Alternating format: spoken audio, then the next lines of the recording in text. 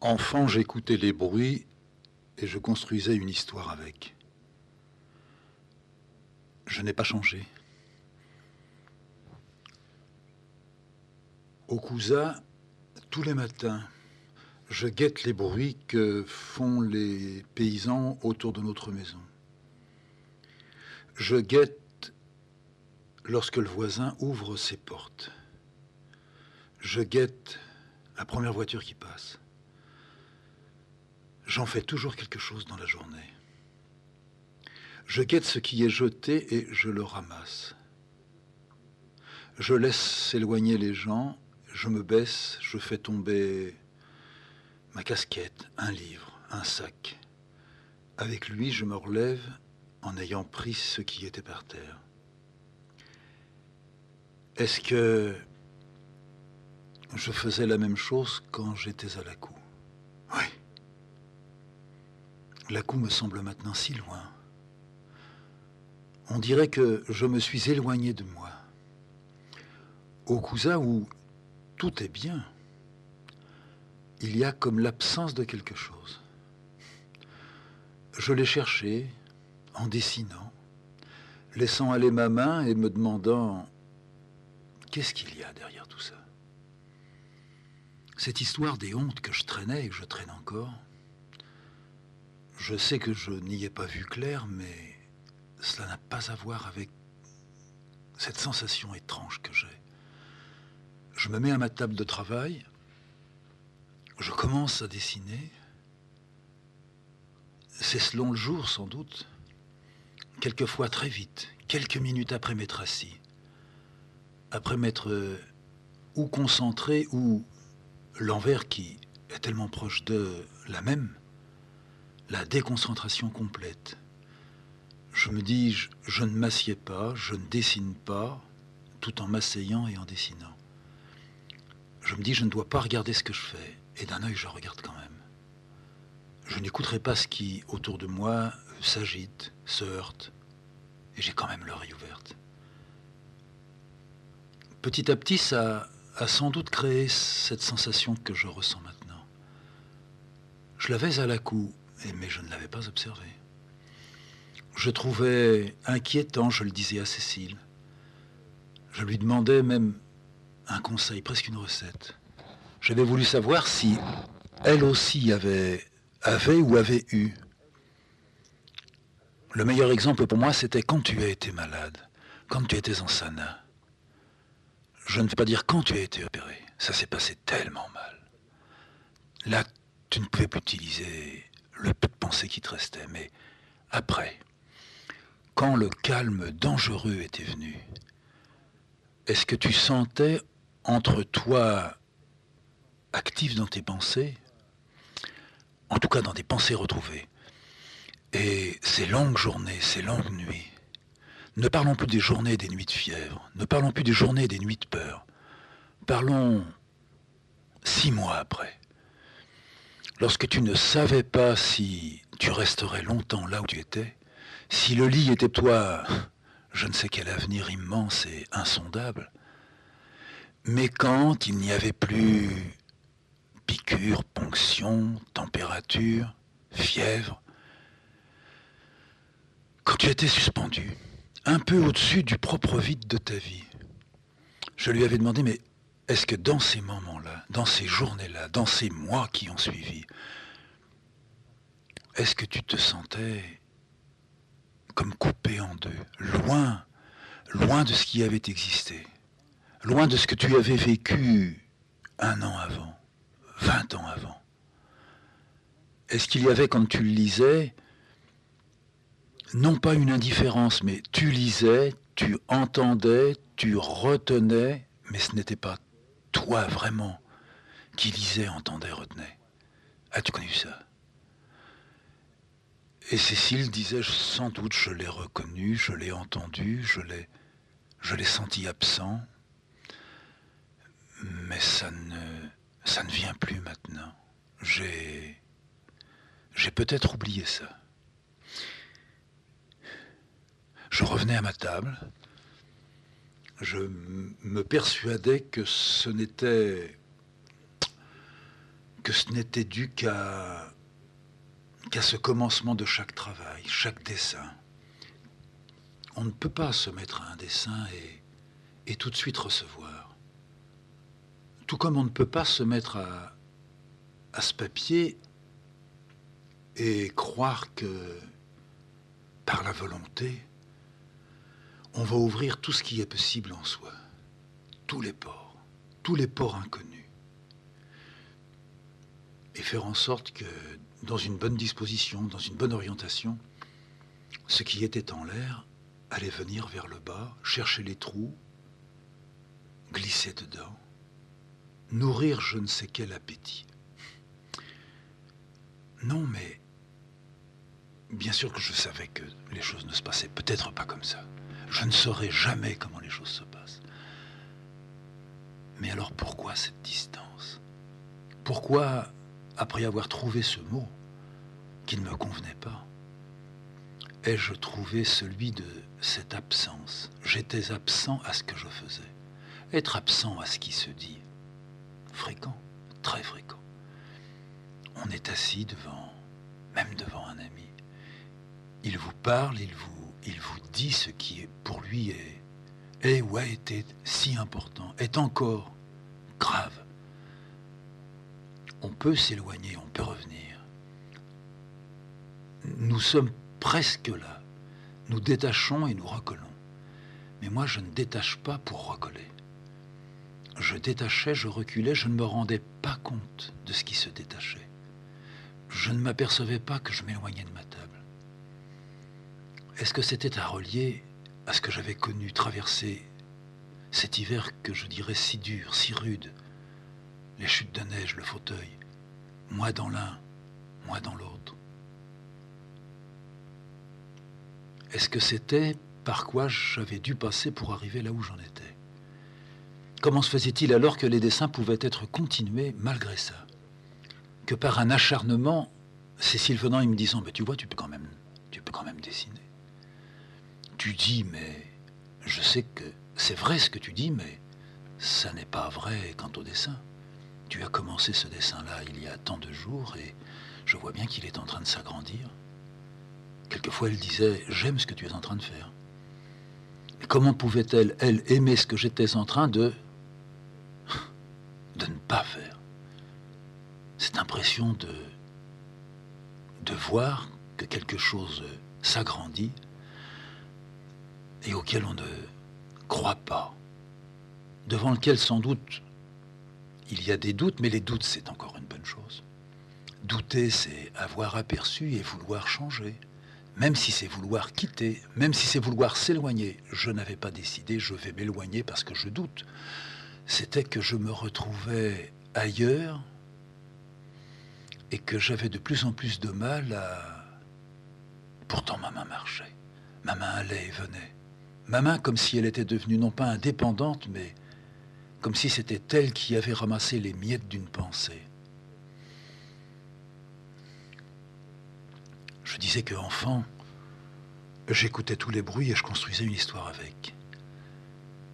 Il n'y a pas si longtemps, je ne me rendais pas compte que je ramassais dans mes yeux racines, mousses, nuages, flaques d'eau, boue, insectes qui couraient, et que tout ressortait transformé, méconnaissable, mais sans doute que c'était ma nourriture. C'était une partie de ma nourriture. Maintenant, quand je sortais, je regardais les mêmes flaques ou d'autres flaques, des troncs, des oiseaux qui passaient. J'entendais ce silence à peine troublé par des bruits dans les buissons, des petites bêtes qui se faufilent, d'autres qui passent pas très loin, mais celles que l'on ne verra pas. Je pouvais les imaginer. Mais quand je revenais à ma table, non pas je ne faisais rien avec ça, je n'avais pas ça. Peut-être que j'avais perdu tout ça. Alors, c'était vraiment pour moi, non pas la difficulté, c'était l'extrémité atteinte. Dans un dessin, sur double feuille, je m'acharnais vraiment, m'acharnais pour ne pas m'arracher de la table.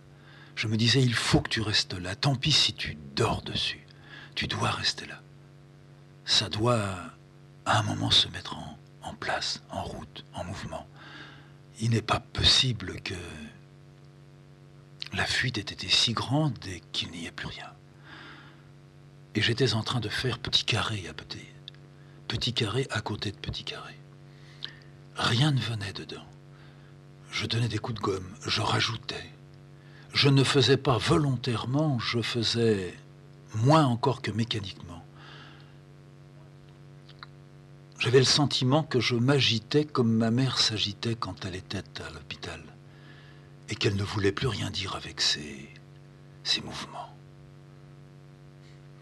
C'était sa main sous les draps, c'était sa tête qui ballottait de droite à gauche, les lèvres qui s'ouvraient, se refermaient.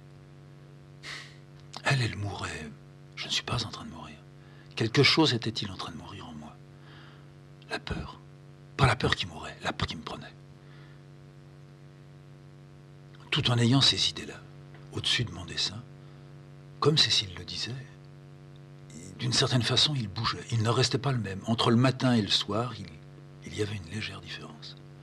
Les carrés étaient devenus plus profonds, quelquefois plus brillants grâce à un coup de gomme.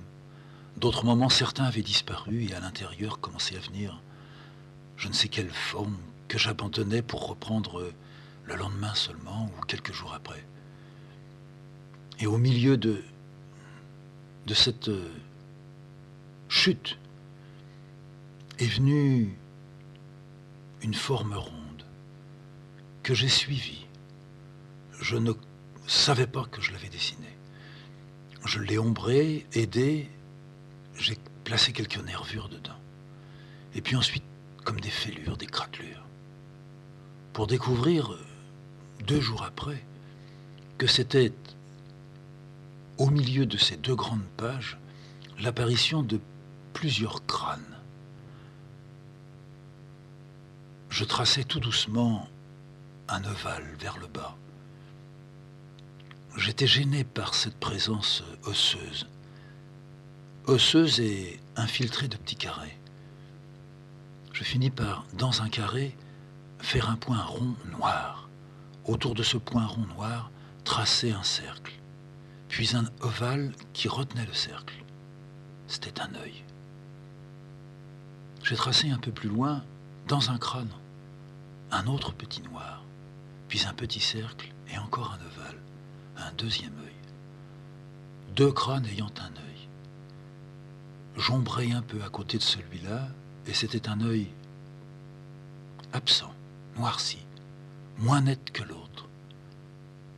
Et tout à coup, j'ai vu le tas. Jamais je n'avais repensé au tas. Jamais le tas n'était revenu, même dans mes rêves. Ça avait été gommé, supprimé, arraché de ma mémoire. C'était comme si ma mère avait été présente et m'avait dit « Ne retiens pas ça ». Je n'en avais jamais parlé à Cécile. Ce que j'étais en train de dessiner, ça avait été la sortie des ténèbres les plus profondes de ce que j'avais vu un mois de l'année 1945, quand on avançait, qu'on portait l'uniforme, qu'on était loin avancé en Allemagne. La forêt noire était déjà derrière nous. Nous étions dans un bois. Mais dans ce bois, il y avait des flèches retenues par des piquets qui portaient un numéro. C'était comme si l'on indiquait une direction pour des promeneurs. Nous devions atteindre le numéro qu'indiquait la flèche. Nous marchions lentement sur nos gardes pour tomber sur une autre flèche qui indiquait le même chiffre, mais une lettre avait été ajoutée. Et tout à coup, nous étions arrivés. C'était autre chose qu'une clairière. il y avait là une colline à l'intérieur de la forêt. Nous nous étions arrêtés. Les hommes autour de moi, je les regardais, étaient pétrifiés. Peut-être avaient-ils compris avant moi. J'essayais d'avancer encore et l'un d'eux, de sa main, me faisait signe « reste là ». Quand lui voulut avancer, de ma main, je lui fis signe « reste là ». Que devions-nous faire? Que pouvions-nous faire? Que recouvrait ce tas? Qu'était cette mousse blanche? Nous étions près de l'été, il n'y avait pas place pour de la neige. Enfin, nous nous décidâmes et nous avançâmes un peu. Et puis, ce fut l'arrêt quasiment définitif. D'autres hommes nous rejoignaient.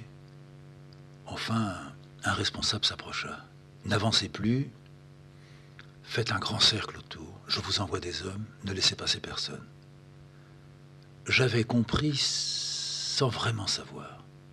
Ce tas, c'était une marque immonde. Plus je le fixais, plus le blanc semblait fondre, recouvrir tout ce qui voulait encore montrer qu'il existait. Il y avait du noir en dessous le blanc. Qu'est-ce que c'est? Dans la soirée, d'autres hommes sont venus, se sont approchés du tas blanc, nous ont écartés, et nous avons entendu beaucoup de bruit. D'autres hommes que nous travaillaient sur le tas blanc ou dans le tas blanc. Le lendemain, je sus que ce tas blanc était un tas d'hommes et de femmes, de corps, que l'on avait recouvert de blanc, peut-être de neige artificielle, pour les conserver ou pour les faire pourrir. C'était le premier tas de ma vie. Le dessin alla très vite. Il ne devint pas le tas, il fut comme une voûte, sous laquelle était un tas. Ces crânes que j'avais tout à coup découverts, avec ces taches noires dans les yeux, c'était ce que je n'avais pas vu, c'était ce qui était. Pourquoi j'avais oublié ça? J'eus longtemps la certitude d'avoir commis un acte horrible qui me hantait et que l'oubli recouvrirait. Quelque chose était comme mal tracé, mal gommé. Comment est venu cela?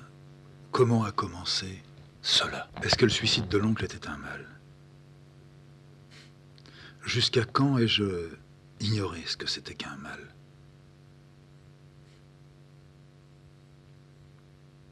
Enfant, j'avais entendu les pas des chevaux.